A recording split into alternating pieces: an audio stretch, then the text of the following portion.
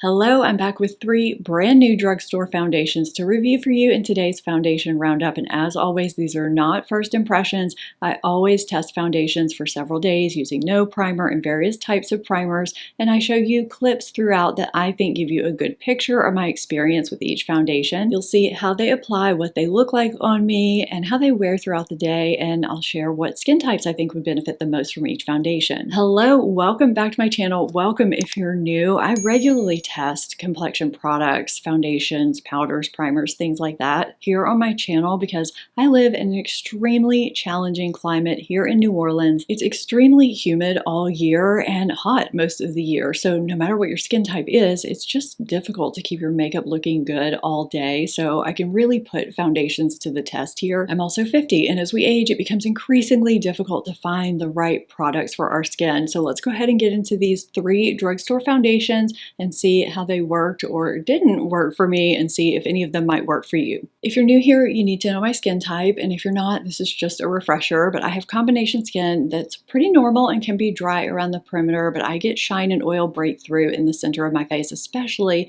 when it's hot and humid here. So I experience a bit of everything on my face, which can be frustrating for me, but helpful for you in these reviews. I don't test foundations with setting sprays because that increases their longevity, and I always show you what each foundation looks like before it's set with powder because you may not need to set your foundations with powder, but I do. And the primers and powders that I normally test with, use myself, and recommend to you are linked below in my description box, along with everything I'm sharing and wearing in today's video and tagged through YouTube where possible. So I'll start with L'Oreal Infallible Cushion Foundation. This retails for $19.99 for 0.39 ounces. And just to quickly compare it to the new YSL Cushion Foundation, it retails for $49 for half an ounce. So you get a bit less here, but it's less than half the price at just under $20. So we have a nice sturdy compact with a mirror in the lid, and you have the sponge housed in this tray which flips up to reveal the cushion. There are 20 shades. I grabbed it in 127 neutral, which is a really nice match for me. I do think if I get any darker this summer, it might be a little bit light, but for most of the year, it's just fine. This melts into my skin as I apply it and evens out my skin tone really nicely, and it applies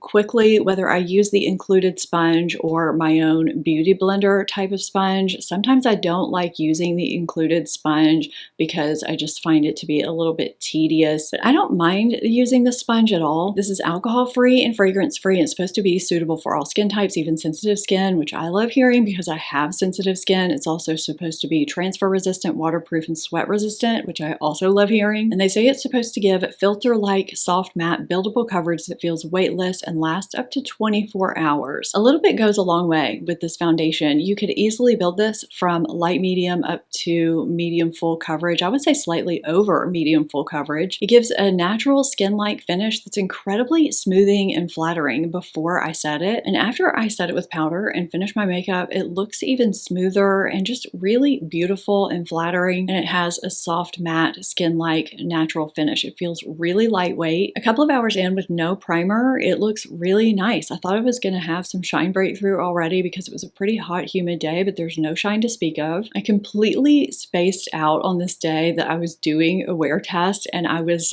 doing some work and resting my hand on my jaw pretty hard. And when I checked in at around 4.5 hours, I thought I would see significant wear where I was doing that, and I didn't really see anything. Now at 9.5 hours on this day with no primer, I am seeing some wear, but I don't think it wore away ungracefully or that it looks significantly greasy, especially for having my regular daytime skincare underneath it, sunscreen and everything. Now with a mattifying product underneath it, like a mattifying primer, sunscreen, or moisturizer, I've really been enjoying the new Herborian matte moisturizer. Just on rainy days or completely indoor days or at night when I don't need a sunscreen, this has been performing really well for me. This was a very overcast, cloudy, rainy day with no sun, and at 4 hours, I think it looks really nice. And it's still holding up here at 9.5 hours with just some natural looking shine coming through that I think looks good. I actually like this better than the new YSL Cushion Foundation. If you haven't seen that review, I'll have it linked up here in the corner for you and down below in my description box. It just has less of an initial glowy radiance to it. It just works better for my skin type all the way around. However, I'm really hesitant to fall in love with this, and I haven't seen anyone else mention this, but I noticed this even before I bought it.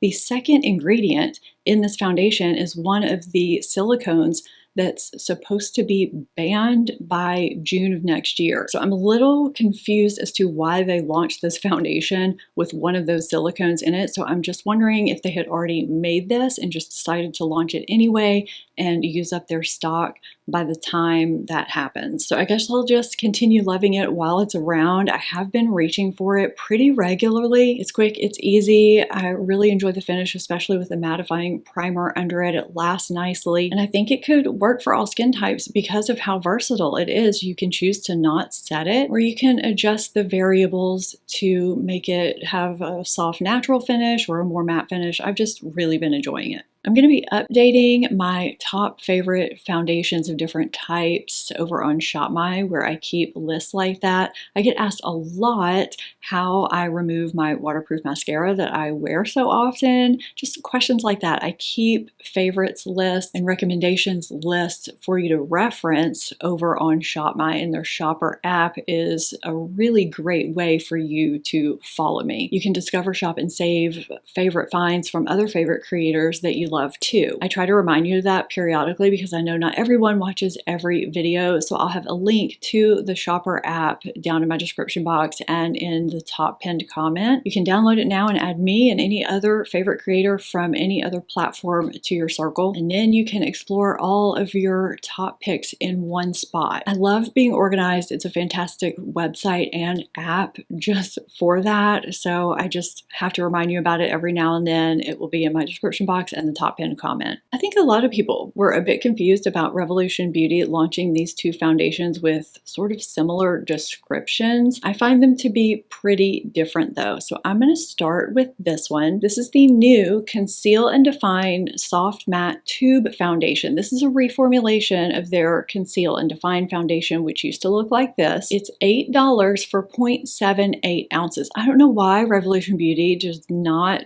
do 1 ounce foundations. So if it was an ounce, it would be $10.26. There are 40 shades. I grabbed it in F6.5N, which is fair or light skin tones with a neutral undertone. You definitely want to shake this well before application or it will not apply properly. And it has sort of a runny texture. I found the bottle can get a bit messy if you're not careful, or that could just be me. Now you may see me going in and out of frame during the application because I was looking very closely. I was just getting closer to my magnified mirror. This is vegan, cruelty-free, alcohol-free, and fragrance-free, and they claim that this is a full coverage formula that's supposed to deliver a smooth, natural, soft matte finish.